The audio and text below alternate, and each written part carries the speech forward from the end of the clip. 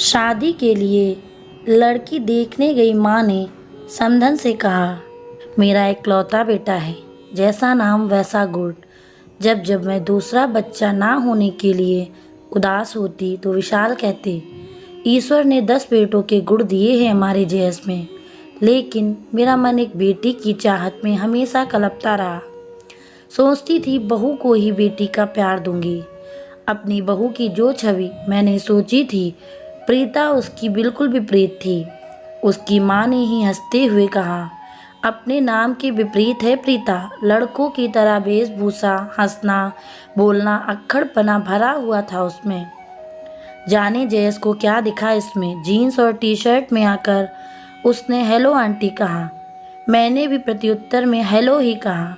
तभी उसकी माँ बोली, आंटी के पैर छुओ बेटा।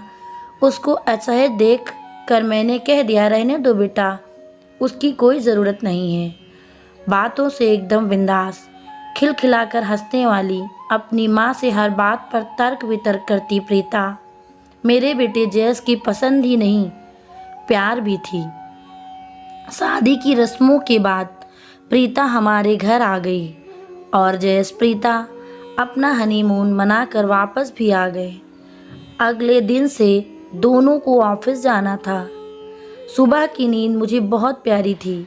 सोचती थी बहू आ जाएगी तो उसके हाथों की चाय पीकर अपने सुबह की शुरुआत करूंगी। लेकिन प्रीता को देखकर मैंने अपना ये सपना भुला दिया और सुबह 6 बजे का अलार्म लगाकर सो गई। पूजा की घंटियां सुन मेरी नींद खुली। अभी 6 भी नहीं बजे थे। बाहर निकल कर देखा, प्रीता आरती की थाल लिए पूरे घर में घूम रही थी।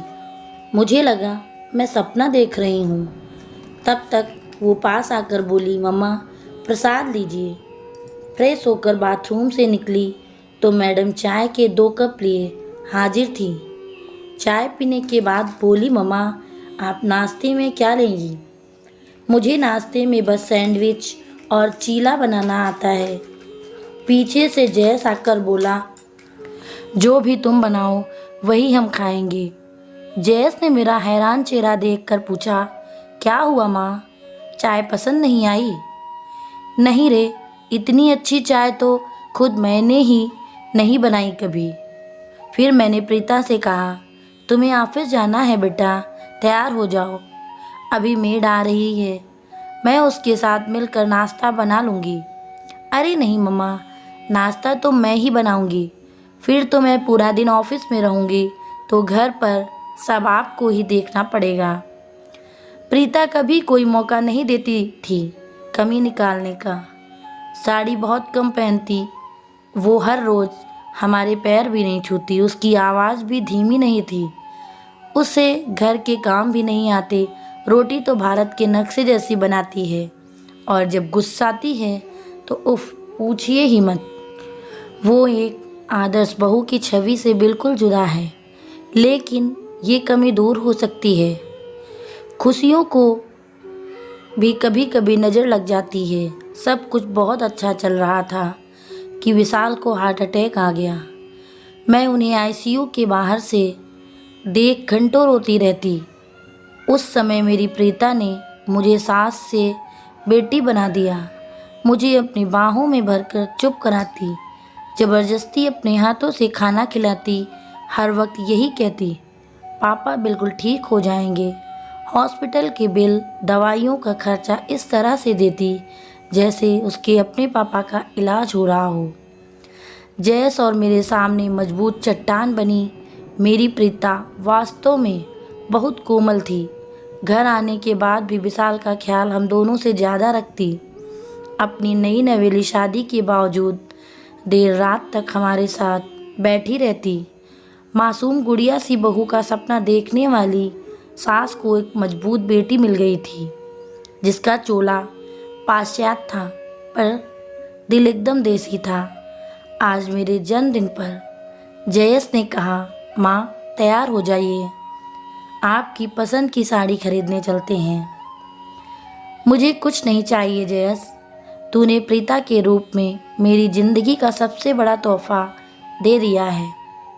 मेरी भीगी आंखें पोंछकर जयेश ने पूछा, वैसे है कहाँ आपकी दबंग बहू जिसने अपनी दबंगई से आपका भी दिल जीत लिया।